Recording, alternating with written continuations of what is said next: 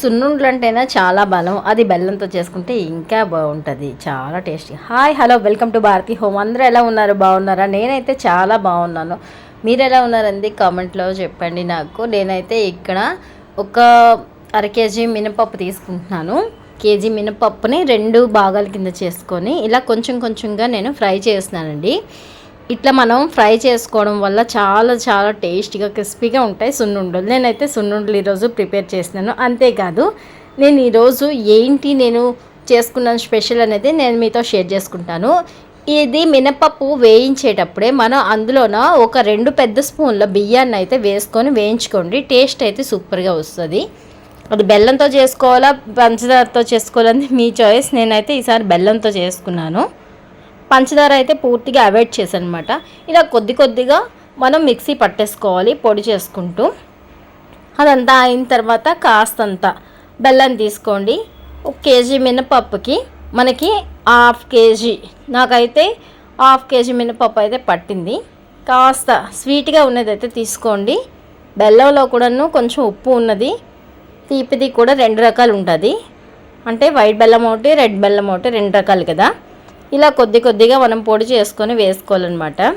మొత్తం అంతా వేసుకున్నాక బెల్లాన్ని కూడా కొద్ది కొద్దిగా వేసుకొని మనం ఇంకా మిక్సీ పట్టేసుకుంటే చాలా బాగుంటుంది. కరిగించి అది అయితే వెయ్యరు కదా ఇందులో, అందుకని నేనైతే ఇలా కొంచెం కొంచెంగా మొత్తం అంతా కలిపేసుకున్నాను. చూసారా, మొత్తం టోటల్గా అయితే ఒక 4-5 సార్లు మిక్సీ కొట్టడానికి అయితే అయ్యిందండి, స్మూత్గా రావడానికి. ఇంకా కొంచెం కొంచెంగాను మనం సున్నుండలకైతే ఈ బెల్లాన్ని పిండిని మొత్తం అంతా కలిపేసుకున్నాక అందులో నెయ్యి కానీ వేరుశనగ నూనె కానీ వేసుకొని ఉండలు అయితే మనం పట్టేసుకోవచ్చు, చక్కగా చేసుకోవచ్చు. నేనైతే వేరుశనగ నూనె అయితే వేసుకున్నాను. కాస్త టేస్ట్గా అనిపిస్తుంది. కొత్తగా తింటే ఎగటిగా ఉంటుంది, కానీ కంటిన్యూగా మనం తింటూ ఉంటే చాలా బాగానే ఉంటుంది. చూసారా, ఉండ చాలా పర్ఫెక్ట్గా వచ్చింది. ఇట్లా రావాలన్నమాట. చాలా చక్కగా పగుళ్ళది లేకుండా నీట్గా వస్తే మనకి సున్నుండలు బాగా ప్రిపేర్ అయినట్టు. ఇది బలం కోసం, పిల్లలకి చాలా హెల్దీ. ఈరోజు అయితే నేను ఏం చేసుకుంటున్నాను రెసిపీ అనేది చూపిస్తాను. సాంబార్ రైస్ అయితే ప్రిపేర్ చేసుకుంటున్నాను. ఇక్కడ వచ్చేసి నేను కందిపప్పు ఒక 1/2 గ్లాస్ తీసుకున్నాను, రైస్ అయితే 1 గ్లాస్ తీసుకున్నాను. ఇంక ఈ రెండింటిని కూడాను మంచిగా మిక్స్ చేసుకొని వాటర్తో 2-3 సార్లు చక్కగా కడిగేసుకుంటే చాలా చాలా ఫైన్ అయిపోతాయి అన్నమాట.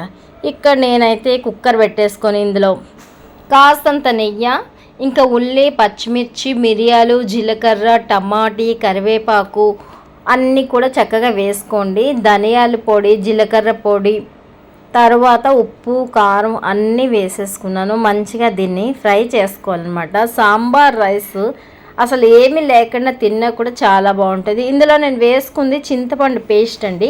చింతపండు పేస్ట్ ఎప్పటికప్పుడే చేసుకుంటాను. నేనైతే సంవత్సరాలకు బట్టి నెలల బట్టి ఎక్కువగా నిల్వ ఉంచను. నేను నార్మల్గా పేస్ట్ పట్టేసుకొని 1 వీక్ సరిపోయింది అయితే ఉంచుతాను. ఇందులోనే కాస్త గరం మసాలా కూడా వేసుకున్నాను. ఇక్కడ మనం సాంబార్తో చేసుకున్న మసాలా ఉంటుంది కదా, అది వేసుకున్నాను. ఇక్కడ బియ్యం, కందిపప్పు కూడా వేసుకున్నాను అన్నట్టు చెప్పడం మర్చిపోయాను. అందులో నేను గుప్పెడంత పెసరపప్పుని కూడా యాడ్ చేశాను ఫస్టే, అది స్కిప్ అయిపోయింది.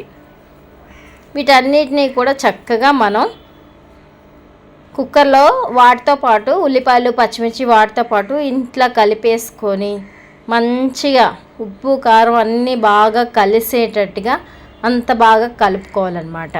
అట్లా కలుపుకున్నాం అనుకోండి చాలా చాలా టేస్టీగా ఉంటుంది. ఇక్కడ చూస్తున్నారు కదా, నేనైతే మొత్తం అందులో వేసేసాను. బియ్యం ఎన్ని గ్లాసులు తీసుకున్నామో వాటర్ కూడాను దానికి తగ్గట్టు తీసుకోండి. 1 గ్లాసు బియ్యానికి 2 గ్లాసులు వాటర్ అన్నట్టుగా. ఇట్లా చూసారా, పొడి పొడిగా చక్కగా బిర్యానీ టైప్లో అయిపోతుంది. ఇంకా మీకు జారుగా ఒక చారణలా కావాలంటే వాటర్ ఎక్కువ యాడ్ చేసుకోవాలి. నాకైతే ఇట్లాగే ఇష్టం. వీడియో మీకు నచ్చిందా? నచ్చినట్టయితే లైక్ చేయండి, షేర్ చేయండి, సబ్స్క్రైబ్ చేయండి. ఇంకా నా మధ్యాహ్నం లంచ్ అయిపోయింది. ఇంకా ఈవినింగ్ అయితే నేను స్నాక్స్కి రెడీ అవుతున్నాను అనమాట. స్నాక్స్ ఏం లేదండి, పిల్లలకైతే ఫ్రైడ్ రైస్ చేశాను. చాలా ఇష్టంగా తింటారు. అప్పుడప్పుడు ఇది అలవాటు అయిపోయింది. ఇంకా నార్మల్గా స్నాక్స్ అయితే నార్మల్గా ఏదో ఒకటి చేస్తూ ఉంటాం కదా, పకోడీ ఏదో ఒకటి ఖచ్చితంగా. ఇంకా న్యూడిల్స్ అయితే బయట నుంచి తెప్పించాను. ఇంకా మీరేం చేస్తున్నారు, ఎలా ఉంది ఏంటనేది నాకు కామెంట్ చేయండి. సో ఫ్రెండ్స్, నేనైతే ఒక 2 డేస్లో హెన్నా వీడియోని అప్లోడ్ చేస్తున్నాను. ఎవరికైనా కావాలంటే కామెంట్ చేయండి. Okay friends, bye bye.